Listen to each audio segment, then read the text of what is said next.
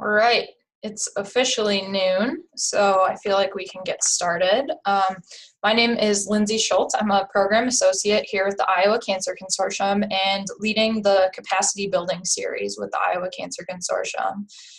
Today we have Beth Turner with us, who will be presenting on tobacco, more than a public health issue. Ms. Turner is a graduate of the University of Iowa with a Master of Arts degree in Health and Sports Studies, emphasis in health promotion. In February of 2013, Ms. Turner joined the community partnership team with the American Lung Association and now serves as the Senior Manager of Tobacco Use Prevention and Control. Ms. Turner has extensive experience in tobacco policy systems change, creating and cultivating community partnerships, and promoting and delivering cessation services and resources. Ms. Turner has assisted numerous local governments, workplaces, communities, multi-unit housing, property development, implement and enforce tobacco-free policies. Ms. Turner is a trained freedom from smoking, Teens Against Tobacco Use, and Not on Tobacco facilitator. Ms. Turner has completed One Iowa's Safe Zone designation program and the Racial Equity Institute's Racial Equity Phase 1 workshop. Thank you for being here today, Beth, and feel free to go ahead and take over. Perfect. Thanks so much, Lindsay. Can you hear me okay? Yep. Okay, perfect. So like Lindsay said, my name is Beth, and I am the Senior Manager of Tobacco Control and Lung Health at the American Lung Association here in Iowa. So we are actually located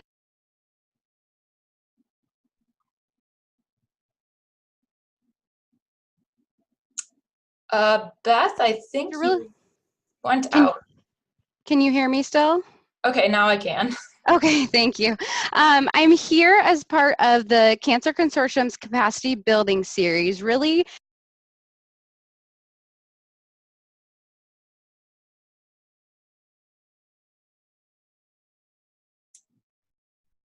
Beth, I think you might have went out again. tobacco and how often marginalized populations experience a higher burden from tobacco use. And this is really extremely relevant for our work in public health and really is a priority goal of the recently updated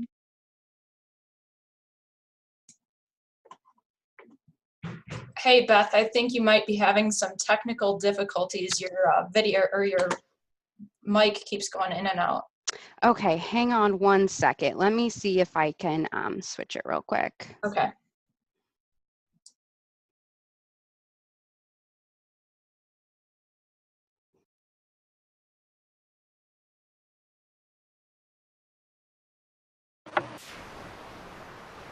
Can you hear me okay, Lindsay? Yeah, I can now. Okay, perfect. I just switched off my headset, so hopefully we won't have that happen anymore. Perfect. Perfect. All right, so I'll kind of touch base a little bit since I was cutting out a little bit, but really I'm here today just to discuss a little bit more about the landscape of tobacco and how we often see marginalized populations experience a higher burden from this use, and really relevant to our work and really timely with the update of the cancer plan and how this can really be integrated into public health as a whole.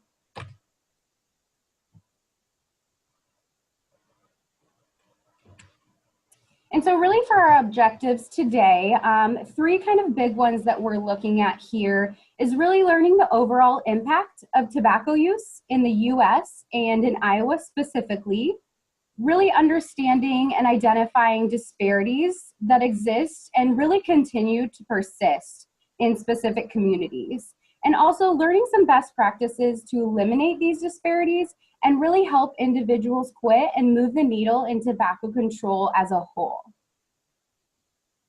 So just starting off with a little bit of background, for our organization, we work on what's called a community partnership grant, which is funded by the Iowa Department of Public Health, Division of Prevention and Control. And we really got this grant work started in 2003, and we had a 4-county service area to start. And now in 2018, we continue this work and have expanded to 8 counties in central Iowa. So you'll see our counties listed there that we provide direct services to. And with these partnerships, they also exist throughout the state. So there's a community partnership that is in every state and every county here in Iowa. And we work off of the best practices from the CDC. So really focusing on 3 goal areas for tobacco prevention and control, being to reduce exposure to secondhand smoke, preventing youth initiation of tobacco use, promoting cessation in the community, and identifying and eliminating tobacco-related disparities. So this is something that our organization has been focusing on within the last few years, a little more thoughtfully, and this is kind of what led to some of our work that I'll talk about later on here. And so really just starting about the burden of tobacco overall, I really don't think this first statement will surprise anyone to know that tobacco use is the single most preventable cause of death and disease. So much progress has been made over the last few decades, but we're really looking at a preventable cause and a public health issue that impacts numerous individuals. And cigarette smoking itself is responsible for 480,000 deaths per year in the US. And this also includes more than 41,000 deaths from secondhand smoke exposure. So really thinking about tobacco use impacting more than just the tobacco user is really important, and it's a significant health issue and public health issue. And really we often think of the independent financial burden with tobacco use, but we really also must think about bringing attention and awareness to the billions, and that's with a B, that we spend as a country in adult medical care due to smoking. So really nearly $170 billion are spent every year in adult medical care. This is significant financial impact really to both the individual and the US for preventable negative health outcomes. And really when we even think about this beyond, direct healthcare costs, the dollars that are really lost from productivity alone, thinking of in the workplace, can add up to $151 billion. So really this number doesn't even include smoking-caused disability, sick days, or productivity declines. So really when it comes to tobacco use, the financial burden is huge, and it extends beyond the individual and really extends to a community as a whole with that burden. And looking at the health impacts of tobacco, again, I don't think any of this is going to surprise anyone, but I've listed here just some of the harms and diseases caused from smoking.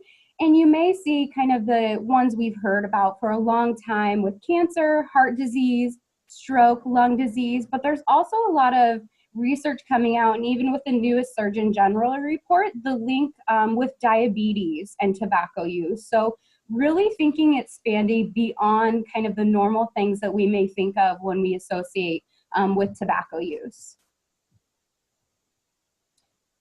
And looking at specifically in Iowa, we really see a lot of similarities when it comes to the dollars spent and the use rates. So 5,100 adults in Iowa die each year from their own smoking.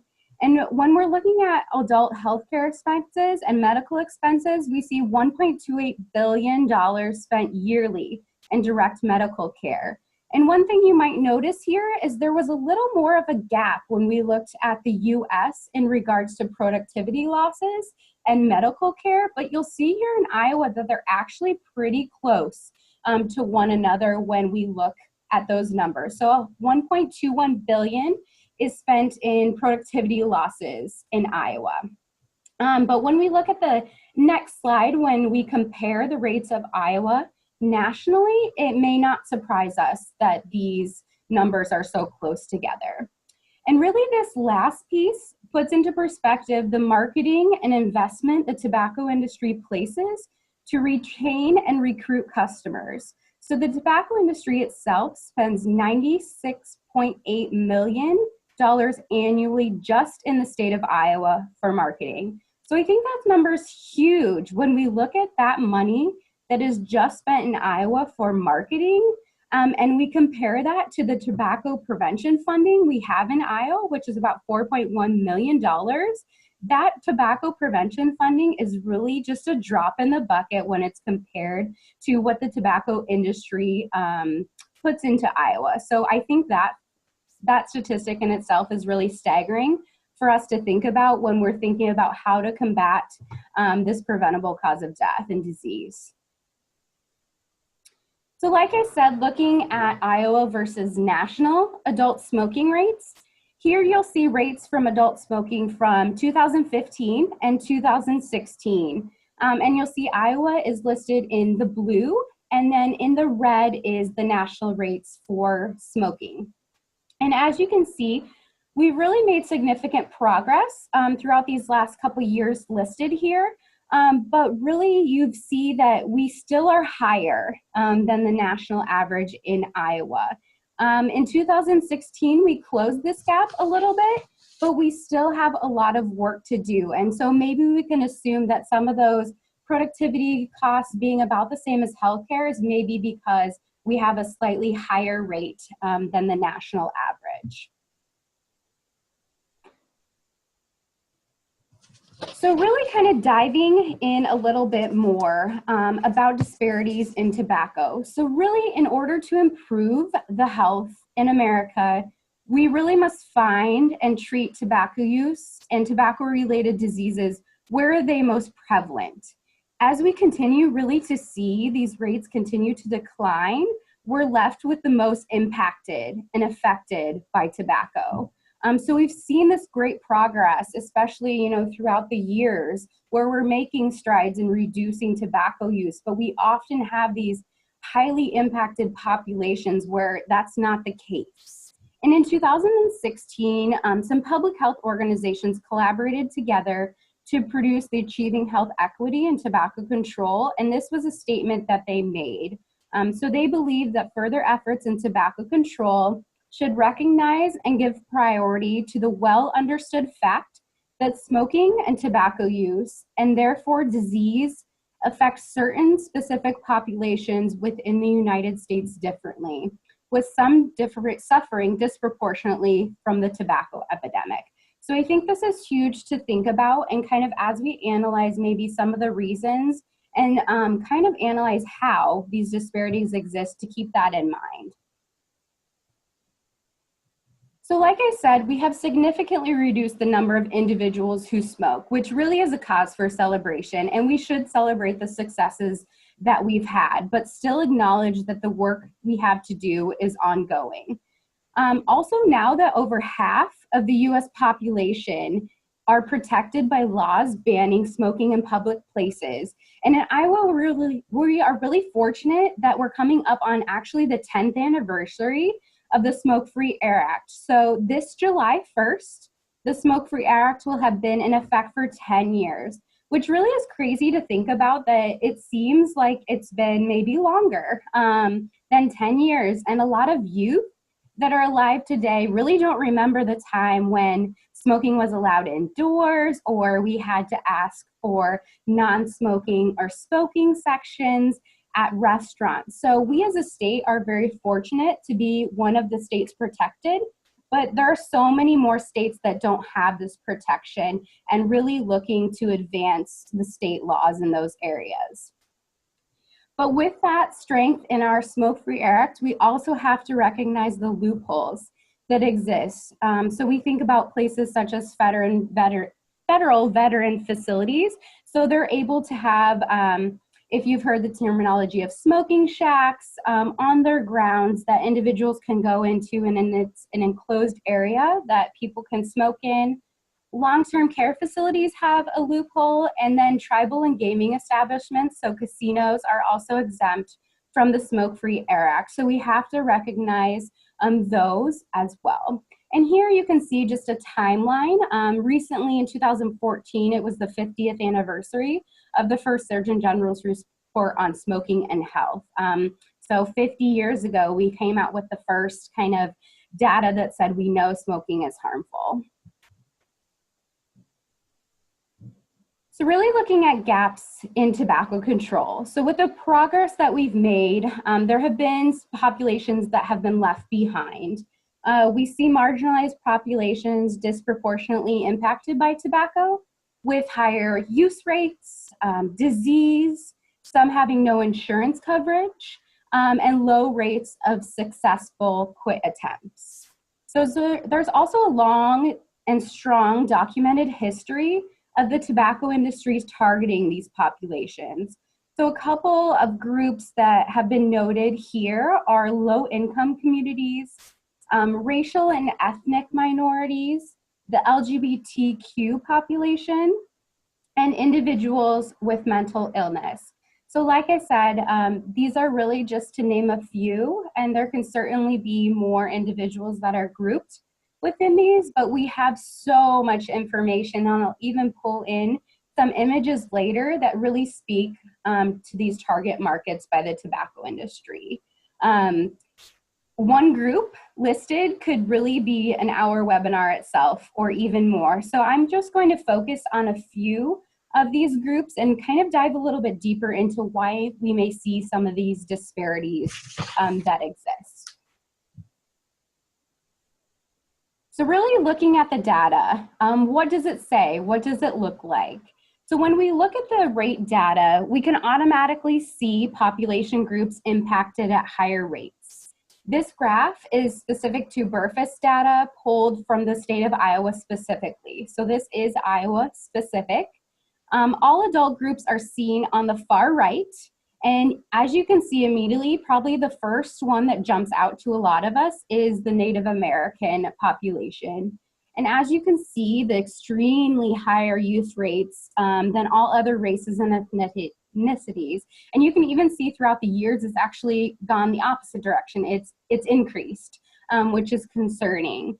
And one thought with this may be that tobacco use is highly embedded into the Native American culture. And really throughout the years, this has morphed into commercial tobacco being integrated and becoming utilized. So, you know, with the cultural background of tobacco use, we've seen commercial tobacco make its way in. And many campaigns, there's been a lot of work in Minnesota, have evolved targeting keeping tobacco sacred in tobacco control. So you may have heard or seen some programs that currently exist about the sacred nature of tobacco and not commercial tobacco, and also being mindful of sacred tobacco use in policy systems change. And next, I'm gonna talk a little bit about the African American population specifically. So we'll kind of take note here.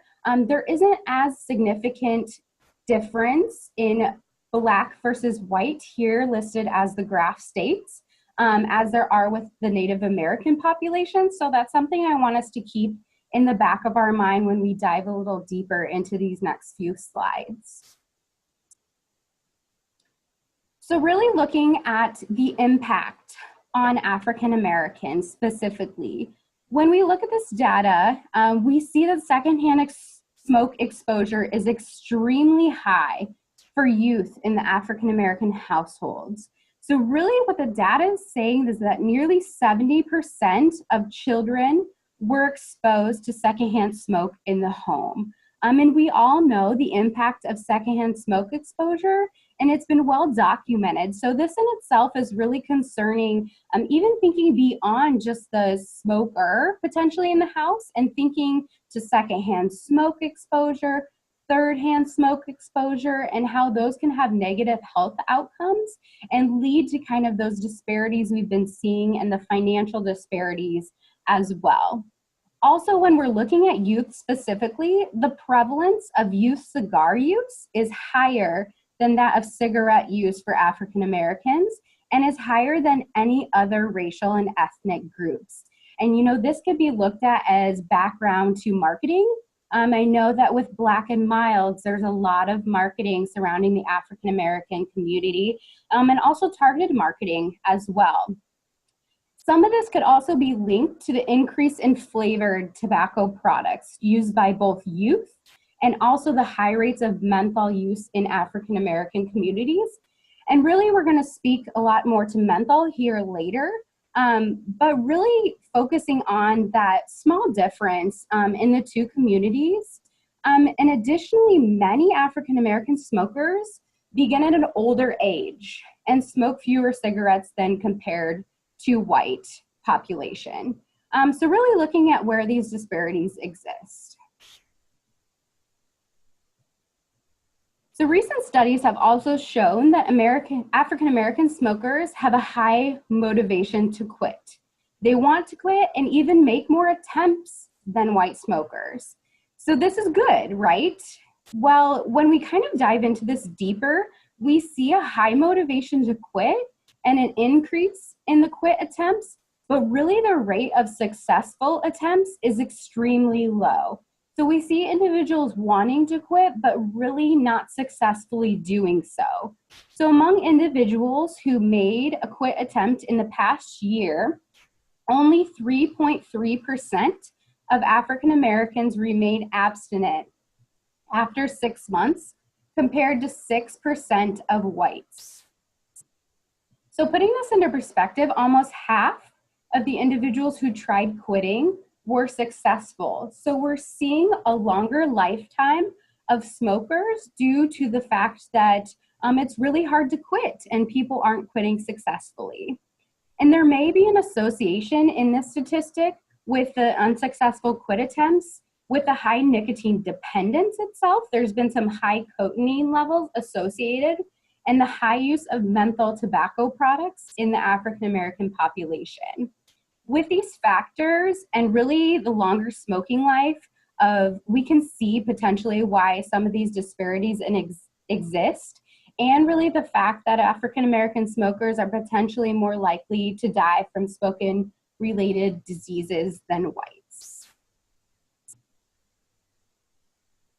When looking at the LGBTQ community in Iowa, so switching population groups a bit to talk about the rates, we see rates that are nearly double compared to the heterosexual population in Iowa. This data specifically on the screen is for persist data again, and you will note that only the LGBT populations are represented. So the transgender population was eliminated due to the low data set. And you'll also know here that rates are highest among the younger adults and women in the LGBT community. So that's something to take note, that also within the community, there are some disparities that exist with different groups. So I think that's something to keep in mind when we talk a little bit further.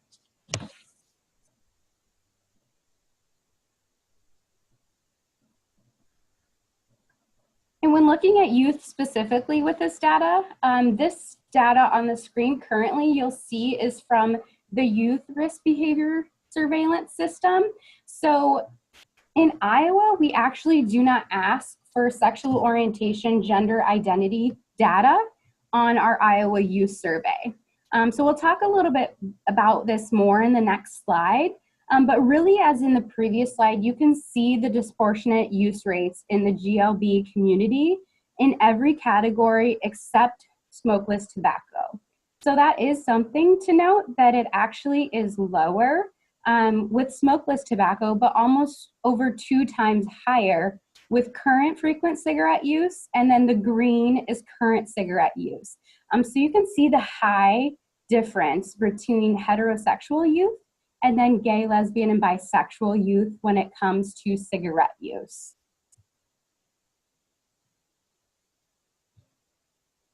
So really what is important to know here, that there's a significant lack of data for most health behaviors, really including tobacco use in the LGBTQ community. In Iowa, it wasn't even until 2012 that we began asking about just sexual orientation information in the persist data collection. And this wasn't even required as part of the core required questionnaire. Really in 2014 is when we began to see more data being collected. The CDC actually created what we call SOGI, but sexual orientation, gender identity questions, to be utilized in persist. So really without the data, it's really hard to create change in policy systems change and programming, because data really drives a lot of our efforts and really shows that there's the need to address this. And really, it creates problems to understanding the health risks and disparities if it's impossible to compare with other groups. And really, when it comes to grant funding, it can minimize these disparities that exist because simply that we don't have the data. And really, this creates a huge missed opportunity for programming and policies to address these tobacco disparities. And again, along with the higher use rates, we see again secondhand smoke being a common theme of higher exposure. So LGBT individuals are 1.7 to 2.4 times more likely to be exposed to secondhand smoke in the home. Lastly, I think these last couple stats are going to surprise a lot of people potentially, that when looking at the money spent on tobacco and investment in tobacco, LGBTQ individuals spend an estimated $7.9 billion annually on cigarettes, and that this is 65 times more money than the money that is put back into LGBTQ issues. So I think that stat in itself stands out a lot, that the contribution made to the tobacco industry, but in turn, how much more that is than, money that is put toward campaigns or programming or events that contribute to fighting LGBTQ equality. So kind of the last specific population I'm just going to touch base on really quickly is looking at the mental and behavioral health population. So when we look at individuals in the mental health and behavioral health population, we really see high rates of use and high rates of use of product when compared to the general population. So the first stat you'll see is that more than 1 in 3 individuals with a mental illness smoke cigarettes compared to about 1 in 5 with no mental illness. So this is really concerning in itself when we see these higher use of rates in these specific populations. And when we look at the use of tobacco products, about 3 of every 10 cigarettes smoked by adults are smoked by individuals with mental illness. So really not only are rates higher, but more cigarettes are being smoked.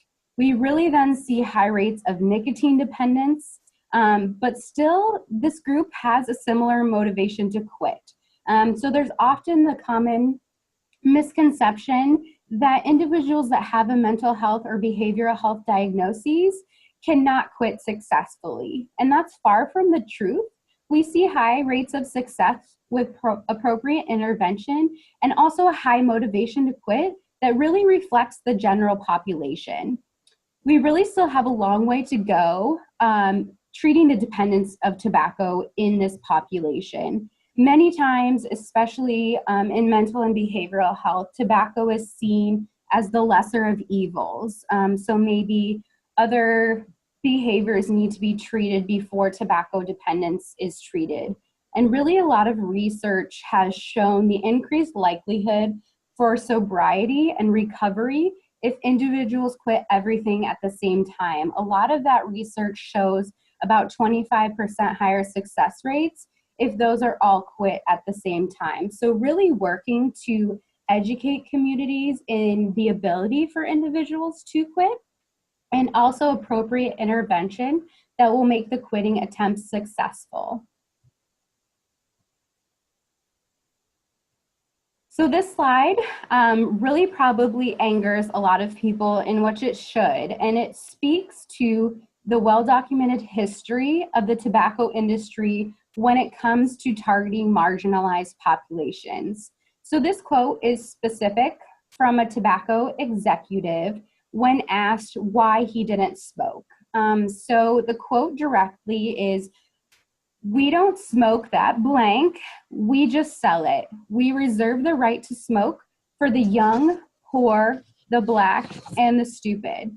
So I think in itself, this just goes to show how much money has been spent by the industry over really decades to attract populations and bring them to be their customers, and that they're really good at marketing, and they provided certain tactics and spoke to certain populations to result in potentially higher use rates. So I think this quote just serves as a catalyst to be able to address these disparities so they don't continue to persist in these groups. And really, it points to the social issues and social justice issues in tobacco control. And we're going to take this time now to really look further at the targeted marketing and the impact on certain communities that it has. So I'm hoping this will play and you will be able to hear it all. Big Tobacco must love diversity. They love it so much that here they advertise up to 10 times more in Black neighborhoods than in other neighborhoods. 10 times. How is that okay? Big Tobacco is really trying to make friends with Black folks. I see you. So much that in the past, Big Tobacco called us a market priority. It's not a coincidence. It's profile. Don't let it go unseen. Enlist at thetruth.com. Be the generation that ends smoking. So that was a recent campaign throughout the year of truth that has really been pointing to a kind of a common theme that we've had focusing on the tobacco industry, and that, you know, there are tactics that are taken to appeal to certain communities, and just really bringing that to light and bringing the issues to light to really gather support from the community and public health to be having appropriate interventions and education to tackle these issues. So again, the Truth campaign has a few of those videos out and have been using the hashtag Stop Profiling just to bring awareness to this issue. And another one that is specific to the LGBTQ community that some people are aware of, some are unaware of, is Project Scum. So this was initiated in 1995, and Project Scum is the acronym for Subculture Urban Marketing. So really, when it's spelled out, it sounds really fancy, but I don't think there's a coincidence that it was it's called SCUM. So we know that this project was very prevalent in kind of the early years of the 90s and was led by R.J. Reynolds. And this project targeted gay men in the Castro area and homeless living in the Tenderloin. So really was focused specifically in the San Francisco area. And really this project led to infiltration into LGBTQ populations and publications and other advertising venues. And something to think about is this timeline of the 1995, I don't think is any coincidence. Right kind of in this era was the height of the AIDS epidemic and really kind of targeting a population when it was most vulnerable. Again, you'll see through some of the ads that I show, there really has been this conscientious targeting and language by the tobacco industry to attract new generations and new smokers. So again, you'll see things like take pride in your flavor, I choose. So really pulling out pride as the language and motivating factor to attract the LGBTQ population. So thinking back to, this was in the 90s, and there was even saturation in a lot of LGBT population magazines that shows these ads surfacing well before they've been saturating other markets. So I think that's important to look at when we look at some of these ads and to think about. So really the target marketing, we can really see the impact of the tobacco industry and the decades of targeting when we break down the areas and look at it a little further. Tobacco companies use price promotions like discounts, multi-pack coupons, so 2 for 1, which research shows are most often used by African Americans and other minority groups, also women and young people, to increase sales. So providing these coupons specifically to markets that they know will utilize them is another marketing tactic. The tobacco industry also knows this and uses it to keep customers. Really, it's no coincidence when we see these promotions saturate certain markets and we actually talk to where these markets are located. This will probably also make people mad as well. when we see this. Areas with large racial ethnic minority populations tend to have more tobacco retailers located within them. So you think about if there's more advertising, there's more markets involved, it really can contribute to the greater tobacco advertising exposure across the lifespan. So youth, adults, older adults, all have a high exposure to those ads. Also, really, menthol tobacco products are given more shelf space in retail outlets within African American and other minority groups. So menthol is hugely saturated in minority groups and populations. And again, we'll talk more about this later. I have one more video, so hopefully everyone can hear it.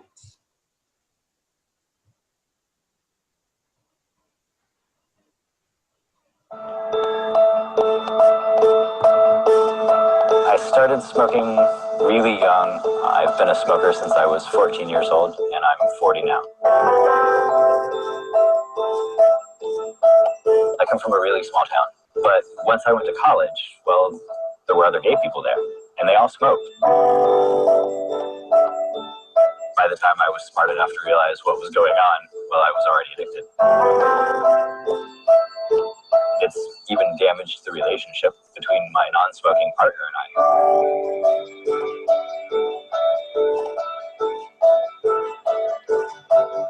In America right now, 1 in 5 people are smoking. In the lesbian, gay, bisexual, and transgender communities, we have smoking rates that are almost 70% higher than the general population. And why such extremely high smoking rates? In the LGBT communities, the stigma that we experience can nudge anybody towards unhealthy behaviors. Coming out and not knowing what my life was going to be like, you know, I smoked a pack of cigarettes every day. It's easy to fall into the trap of smoking. So many LGBT people are already so stressed out about coming out or just living their daily lives. You experience the isolation from your family, from school members. You're looking for social acceptance. Add to that the additional stressors of being discriminated against or having your rights denied because of who you are and who you love. And I think that's what's been capitalized off of. You're not normal. Here, have a way to relieve that stress. We're targeted by the tobacco industry because we're a very easy population to sell to, and we pay them back in decades and decades and decades of handsome profits to their bottom line. Because it looks like they care about us, because they're sponsoring our events and they're running ads in our magazines, and it's a lie.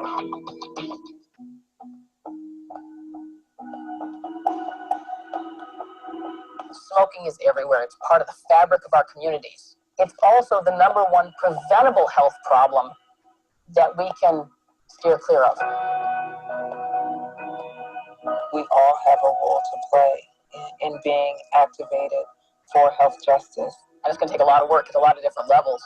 First step is we need to help the LGBT communities realize we have this huge smoking disparity. And knowledge can kind of strike the match, but in order to keep the flame going, there has to be support mechanisms within the community. Part of this solution is going to be our own community members standing up and demanding to be included in health programs that are working on tobacco. As a smoker, tobacco makes a lot of the decisions for me. I don't want to have to feel like I have to go smoke because smoking has that control. I want to be able to say, I can do what I want. I have now been smoke-free for about 15 years. Quitting smoking was incredibly liberating. It's time to make a change and save our community and save our own lives. I've spent 26 years listening to nicotine instead of myself. Yeah, it's time to quit.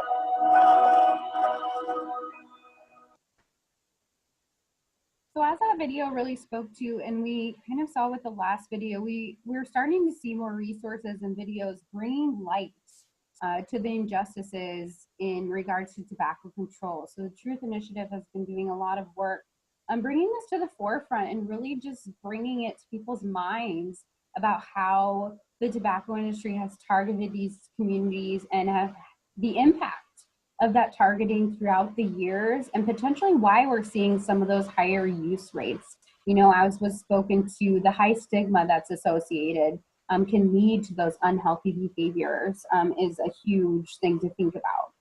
And as I said, kind of bringing some of the media to light. So these ads are from what's called Trinkets and Trash, which anyone can access. It's a program through Rutgers University.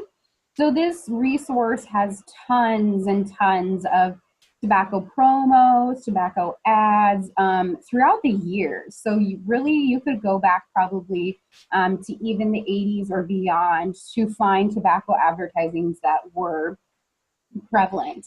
And these ads are specific to targeting towards the LGBTQ community.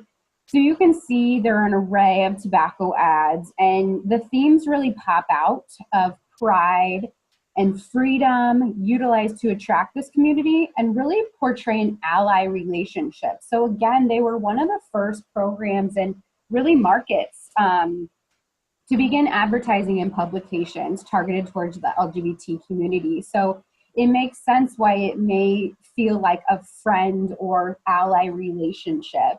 And a lot of the ads in the earlier years were inconspicuously targeted. So many of them had two men and a woman or vice versa, that it wasn't immediately prevalent who they were targeting, but those markets could identify that target. So again, we see the freedom to speak, to choose to marry, get lucky, taking pride in your flavor. There's even the incorporation of drag within that, having the e-cigarettes utilized there.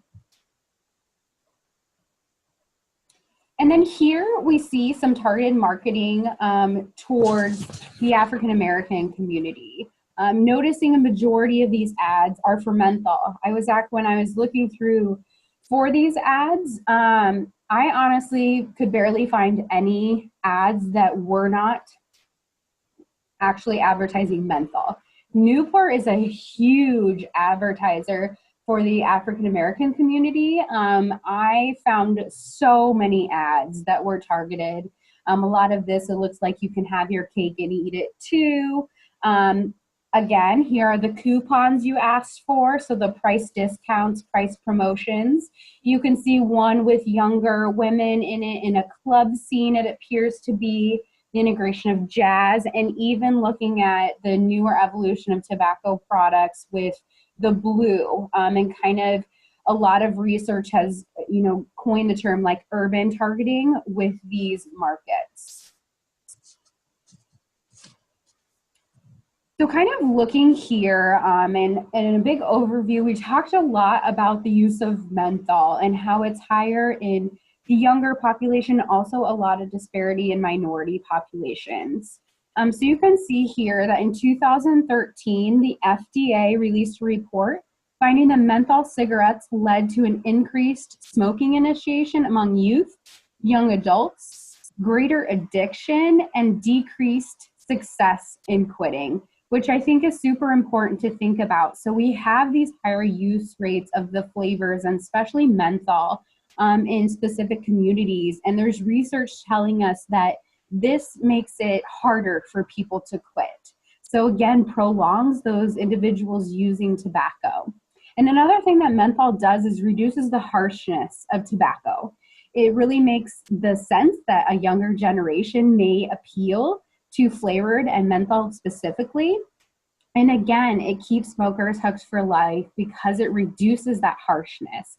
So again, appeals to maybe a younger, newer generation of smokers.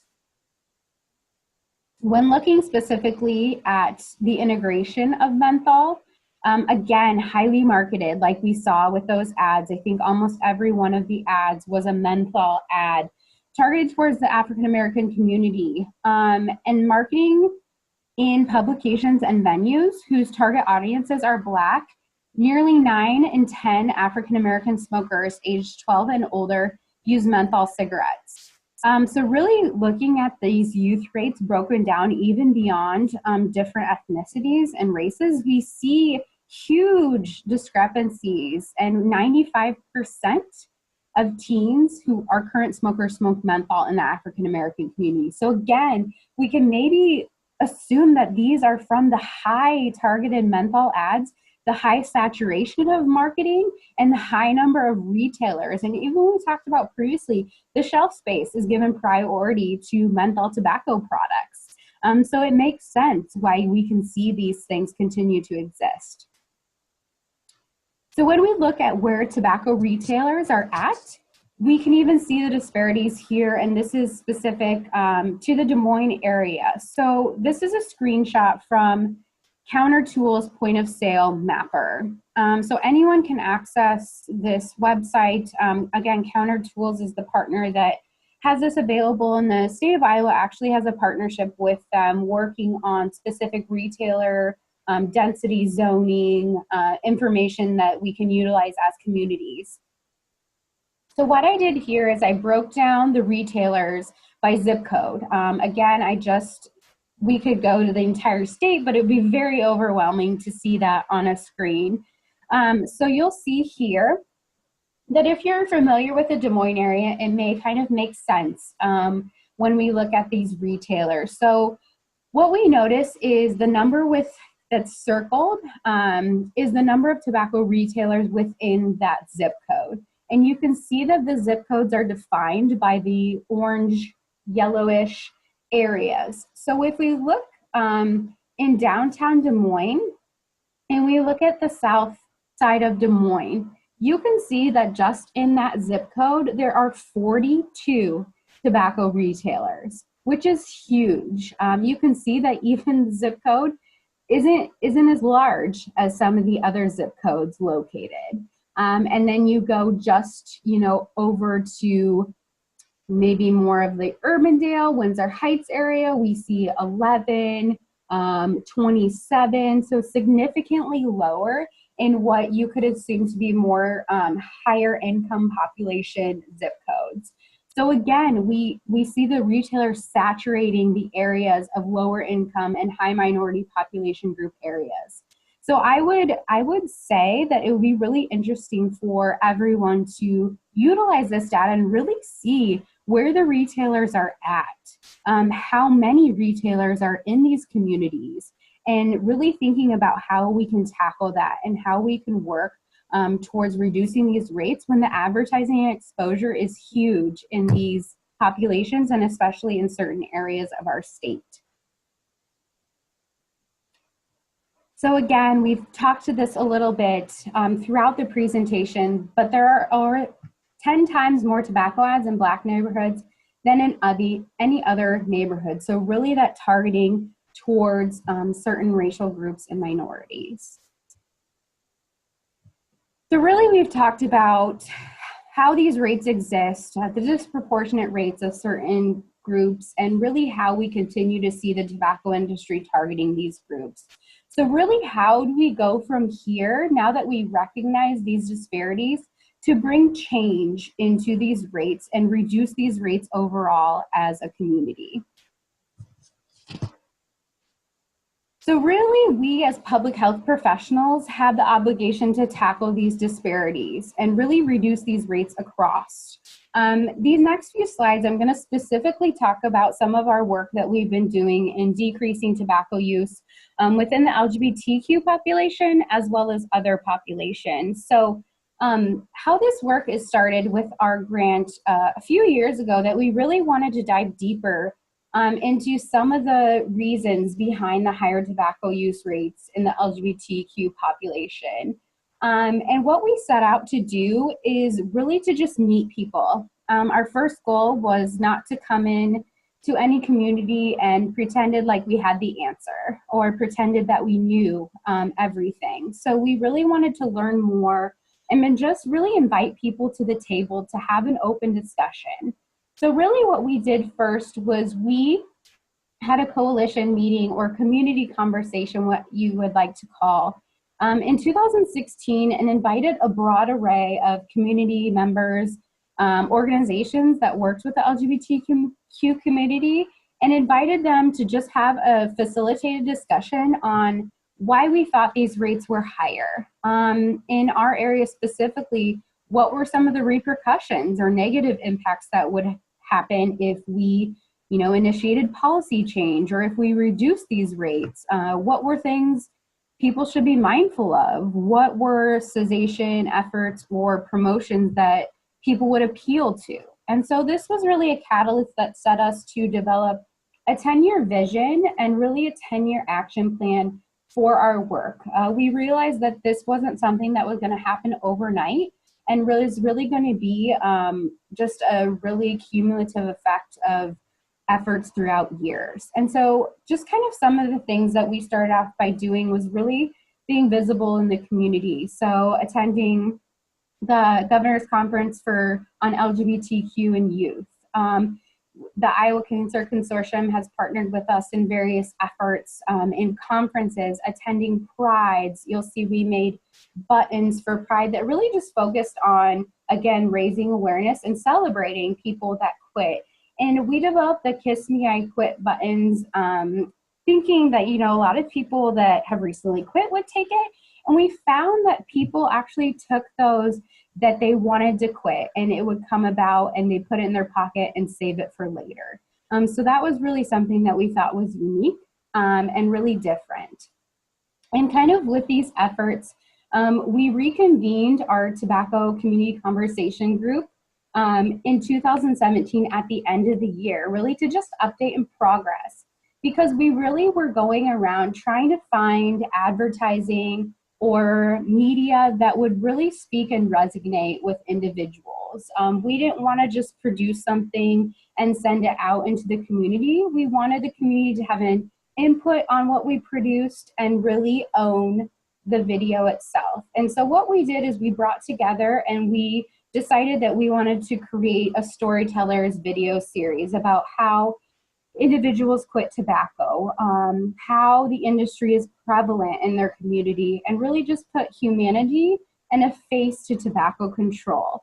And then you'll see on the left, we are actually creating a group disparity video in addition to the LGBTQ video, really highlighting kind of this entire conversation we had and just bringing awareness to the issue. And this should actually be hopefully a good draft by the end of this fiscal year. So I'm sure we'll be sharing that with you.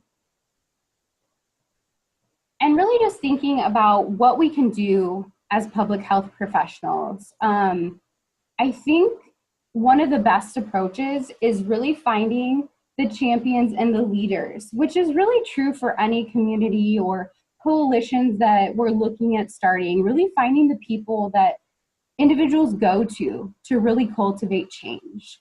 Another huge thing I think is important is being a listener.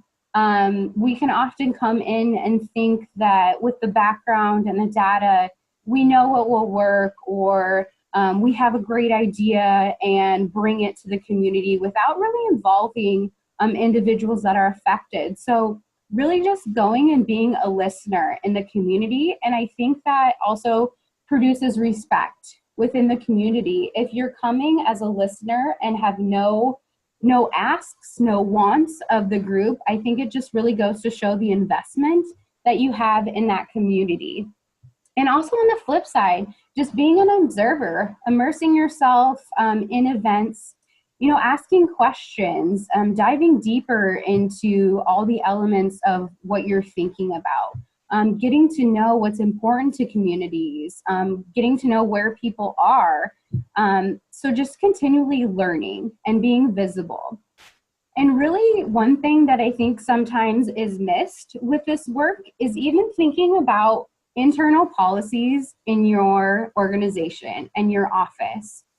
So maybe thinking if you're specifically working with the LGBT community, it may be really good to evaluate your internal policies on diversity and making sure that they're reflecting and supporting updated policies in regards to celebrating diversity. So I think that's something that can be lost as well. So making sure your organization reflects the community and the support that you're going and working on.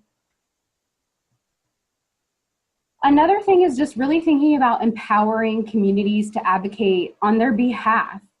So it's one thing if an organization comes in and spreads awareness about these efforts. If the community is not behind the work, it's really not going to create that change.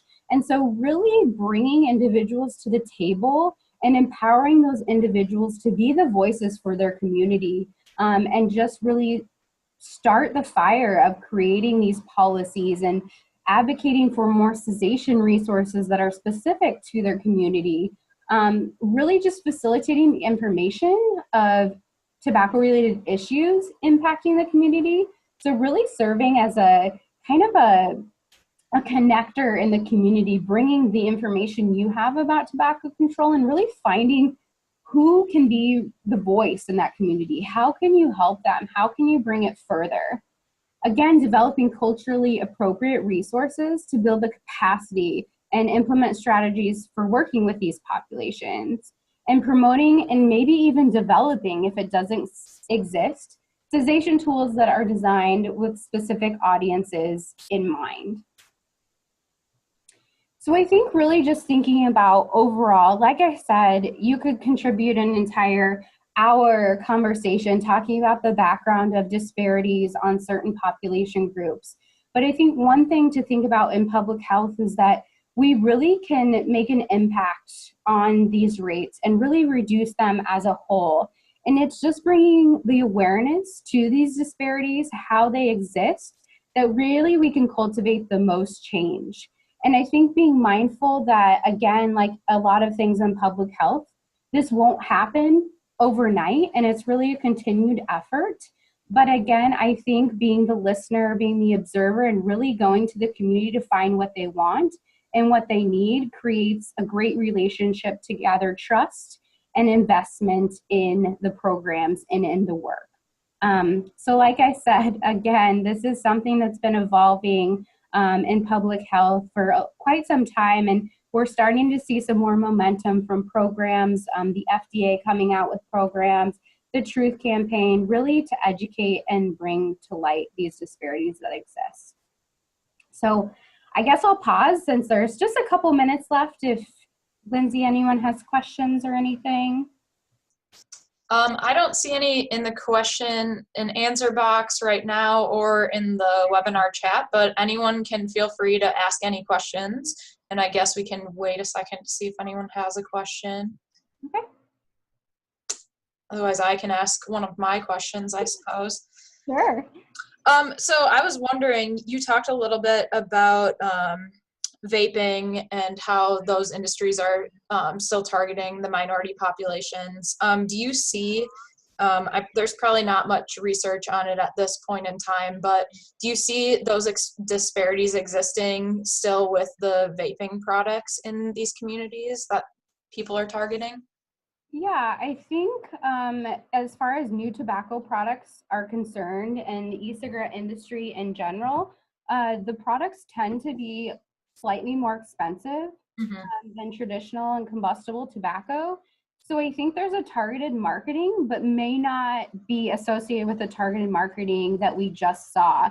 I think it's almost looking like, at least the ads that I have seen, seem to be targeting more maybe of a higher income community that may be not traditionally associated with higher combustible tobacco use rates. So it'll be interesting to see as these products evolve a little bit more. But if you kind of saw the couple blue ads I had, it seemed to be targeting a different population.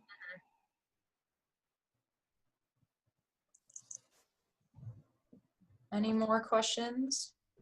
Doesn't look like it. Perfect. I have a Survey Monkey just to do an evaluation that I'm going to put in the chat box. If everyone would take that, I'll send it out to everyone too. But thank you again, Beth, for this super informative presentation. And we will continue to be working with you. So I can't wait to see where things go in all the work that you guys are doing. So yeah, I am excited for our work together and finding our video with the Boost Grant funding. Yeah. All right. Well, thank you everyone for attending. I really appreciate it. Thanks so much.